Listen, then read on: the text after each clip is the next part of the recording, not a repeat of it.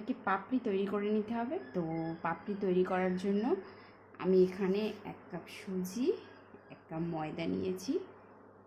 দুটো সমান সমান নিতে হবে, তবে মুচমুচে হবে। 1 কাপ সুজি নিয়েছি,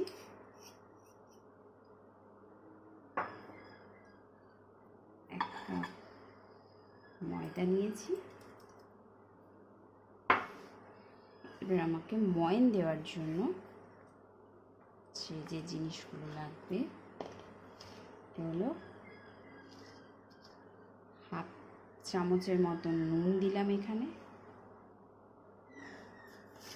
হাফ চামচ চিনি দিলাম। আমি চিনিটা সম্পূর্ণ অপশনাল, কেউ চাইলেও ব্যবহার করতে পারেন, নাও ব্যবহার করতে পারেন। আমি আর একটু সামান্য নুন দেব যাতে টেস্টটা খুব সুন্দর হয়। আর এখানে দেব সামান্য 1 চিমটি পরিমাণ খাবার সোডা, সামান্য 1 চিমটি পরিমাণ খাবার সোডা দিলাম। আর দেব কালো জিরে, হাফ চামচ মতন কালো জিরে খানিকটা দিয়ে দিলাম। এবারে আমাকে দিতে হবে তেল, রিফাইন অয়েল।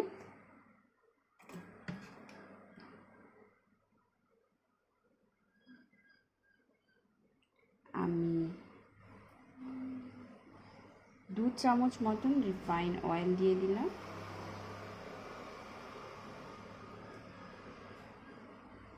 ব্যাস হয়ে গেছে। এবার আমি এটা মাখবো। এটা এরকমভাবে মাখতে হবে। এখানে ময়নটা ঠিকঠাক হয়েছে কিনা বোঝার জন্য সবথেকে ভালো উপায় হলো এটাকে প্রথমে পুরোটা ময়নটা পুরো সুজি আর ময়দার মধ্যে অ্যাড করে নিতে হবে। আমরা বুঝবো কি করে ময়নটা ঠিকঠাক হয়েছে? তার জন্য এই যে মুঠো করছি, মুঠোর যেটা হচ্ছে, তাহলে জানবো কি আমাদের ময়নটা একদম পারফেক্ট হয়েছে। এবারে আমার পুরোটা মাখা হয়ে গেছে।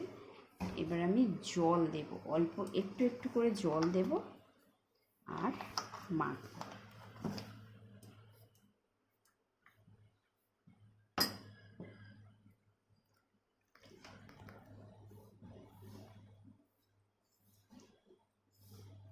যেরকম ময়দা মাখা হয় একটু নরম করতে হবে, কেন কি সুজি আছে, যেহেতু সুজি আছে সুজিটা জল টানবে। যদি খুব শক্ত হয়ে যায় তাহলে একদম ড্রাই হয়ে যাবে, সুজি যখন জল টেনে নেবে। একটু নরম করে আমাকে মাখতে হবে। আমার এখানে ময়দা মাখা কমপ্লিট হয়ে গেছে। এরকম নরম করে একটু মাখতে হবে, দেখে বুঝতে পারছেন। এটাকে আমি 1 ঘন্টা রেস্টে রেখে দেব। মাখা কমপ্লিট হয়ে গেলে অল্প একটু সাদা তেল হাতে নিয়ে এর গায়ে লাগিয়ে জাস্ট এরকমভাবে 1 ঘন্টা চাপা দিয়ে রেখে দিতে হবে। কেউ চাইলে 2-3 ঘন্টা রাখতে পারেন। 2-3 ঘন্টা রাখলে ভীষণ ভালো হয়, কিন্তু মিনিমাম 1 ঘন্টা রাখতেই হবে। তো আমি এটাকে এবার চাপা দিয়ে 1 ঘন্টা রেস্টে রেখে দেব। 1 ঘন্টা পর আমরা ফেরত এলাম। আমার ময়দাটা এরকম হয়ে গেছে।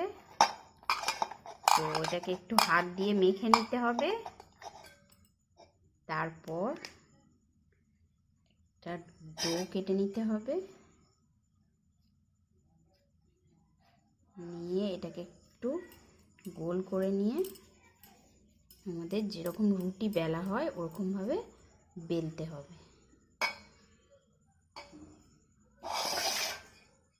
এরকমভাবে হালকা হাতে একটু বেলে নিতে হবে।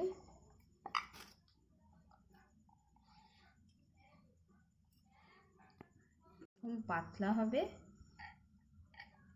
দিয়ে একটা কাঁটা চামচ দিয়ে এরকমভাবে একটু ফুটো ফুটো করে দিতে হবে যাতে না ফুলে, তবে পাপড়িগুলো তৈরি হবে।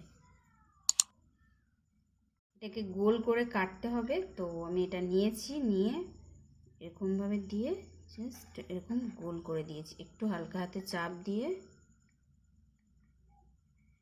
এরকমভাবে সবগুলো গোল গোল করে কেটে এরকমভাবে তৈরি করে নিতে হবে। আমি এরকমভাবে সবগুলো কেটে নিয়েছি। তো এবার ভাজতে হবে। কড়াতে তেল দিলাম, তেল দিয়ে বসিয়েছি। তো তেলটা গরম হয়েছে কিনা একটু দেখে নেব, নিয়ে একটা একটু ছেড়ে দেখব তেলটা গরম হয়েছে কি হয়নি।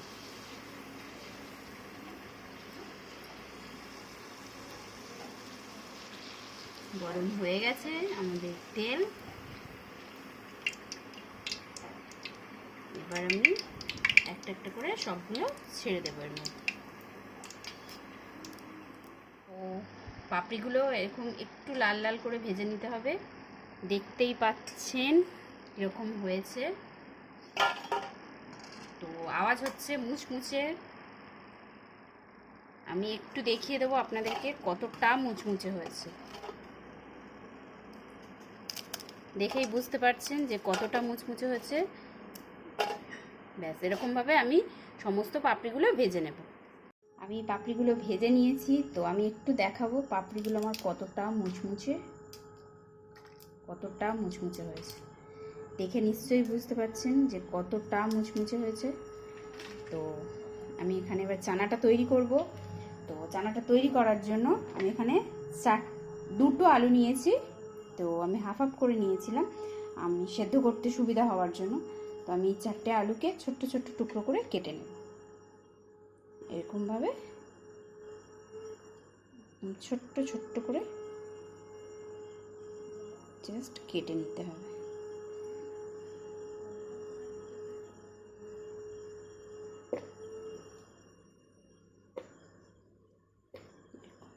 তো আমি আলুগুলো কেটে নিয়েছি এরকম ছোট্ট ছোট্ট করে। তো আমি এবার এর মধ্যে দেব শসা দিলাম। এবারে দেব পেঁয়াজ দিলাম। তো আমি অল্প একটু ধনেপাতা দিচ্ছি, আর কিছু একটু গার্নিশিংয়ের জন্য আমি রেখে দিয়েছি। আর আমি দেব কাঁচা লঙ্কা। এটা অবশ্যই যে যেরকম খান সে সেরকমভাবে দেবেন। আর আমি এখানে দেব মটর সিদ্ধ করে রেখেছিলাম, আমি অল্প একটু মটর দিয়ে দিলাম। ছোলাটা আমি কাঁচা ভিজিয়ে খেতে পছন্দ করি, তো আমি কাঁচা ছোলাই দিয়েছি। এবার আপনারা চাইলে ছোলা সিদ্ধ করেও নিতে পারেন। এবার আমি এখানে একটু শুকনো লঙ্কা দেব, যাতে এর গন্ধ আর টেস্টটা খুব সুন্দর আসে। যার জন্য একটু শুকনো লঙ্কা দিয়ে দিলাম উপর থেকে ছড়িয়ে। শুকনো লঙ্কা গুঁড়ো, আমি এটাকে ভেজে গুঁড়ো করে রেখেছি, তো সেই গুঁড়োটাকে দিয়ে দিলাম। আর সবথেকে মোস্ট ইম্পর্টেন্ট ব্যাপার হলো একটু ভাজা মশলা, যেটা আমি বাড়িতে একদম নিজে তৈরি করেছি। জিরে এবং মৌরি, এটা আমি শুকনো কড়ার মধ্যে ভেজে হালকা হাতে কুটিয়ে রেখেছি গুঁড়ো করে। তো এটা দিয়ে দিলাম এর মধ্যে, সুন্দর করে দিয়ে দিলাম। আর দেব আমি একটু সাদা নুন, আর বিট নুন দেব টেস্টের জন্য। বিট নুন দিলে খুব সুন্দর একটা টেস্ট আসে, তো যার জন্য আমি বিট নুন দিয়ে দিচ্ছি হাফ টিস্পুন মতো। আর দেব এখানে আমি টক জল মানে আমি তেঁতুল আমি গুলে রেখেছি তেঁতুলটাকে। তো টক টক হবে, খেতে সুন্দর হবে, তার জন্য আমি তেঁতুল দিয়ে দিলাম। তেঁতুল জল 3 চামচ মতন দিয়ে দিলাম, 3-4 চামচ মতন, যে যেরকম টক খান সে সেরকম অনুযায়ী দেবেন। তো এটাকে মেখে নেব।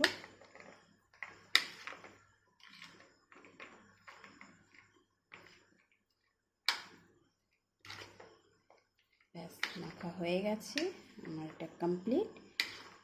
আমি এটাকে এবারে সার্ভ করব। সার্ভ করার জন্য একদম সম্পূর্ণ রেডি হয়ে গেছে। আমি এখানে পাপড়িগুলো দিয়ে নিয়েছি সাজিয়ে নিয়ে, এবারে আমি এর উপরে যে মশলাটা তৈরি করেছিলাম সেই মশলাটা একদম পরপর সুন্দর করে সাজিয়ে দিয়ে দিলাম।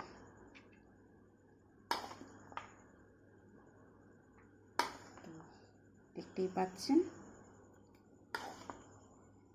এবারে এটাকে সুন্দর করে গার্নিশিং করতে হবে আমায়। তো এর উপরে আমি একটু পেঁয়াজ কুচি, সুন্দর দেখতে হবে, টেস্টটাও খুব সুন্দর হবে, যার জন্য উপর থেকে সুন্দর করে পেঁয়াজ কুচি দিয়ে দিলাম। আর আমি শসা কেটে রেখেছিলাম, তো অল্প একটু একটু করে শসাটাও দিয়ে দিচ্ছি গার্নিশিংয়ের জন্য।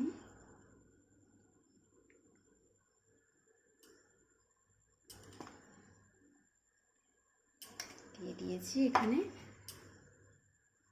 এবারে আমি দেব টক দই রেখেছি, টক দইটা সাজানোর জন্য সুন্দর করে দিয়ে দিলাম।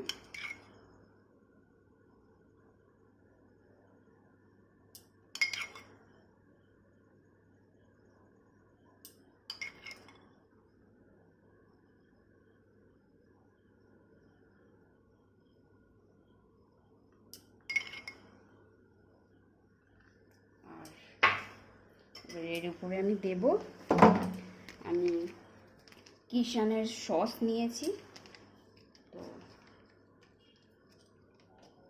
সসটাকে সুন্দর করে এরকমভাবে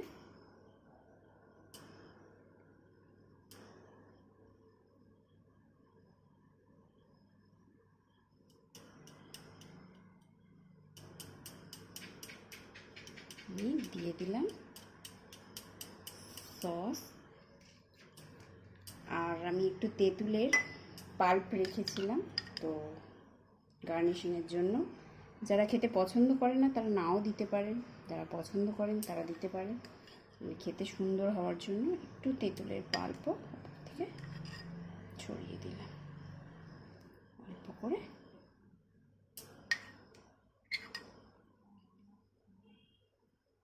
দিয়ে দিলাম তেঁতুলের পাল্প। আর আমি লেবুটা একটুখানি এর উপর থেকে ছড়িয়ে দেবো, তো এর টেস্টটাও খুব সুন্দর হবে আর খেতেও ভালো হবে। আমি ধনেপাতা রেখেছিলাম গার্নিশিং করার জন্য, তো অল্প একটু ধনেপাতা আমি উপর থেকে সুন্দর করে ছড়িয়ে দিলাম। আর দেব ঝুরি ভাজা, একটু ঝুরি ভাজা নিয়ে একদম উপর থেকে সুন্দর করে ছড়িয়ে দিলাম।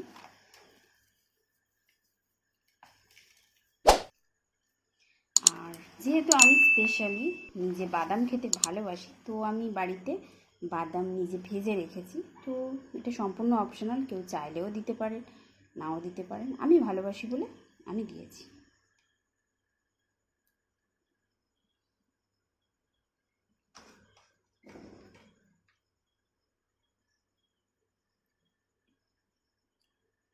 তো ব্যাস, আমি আরেকটু সস দেব উপর থেকে।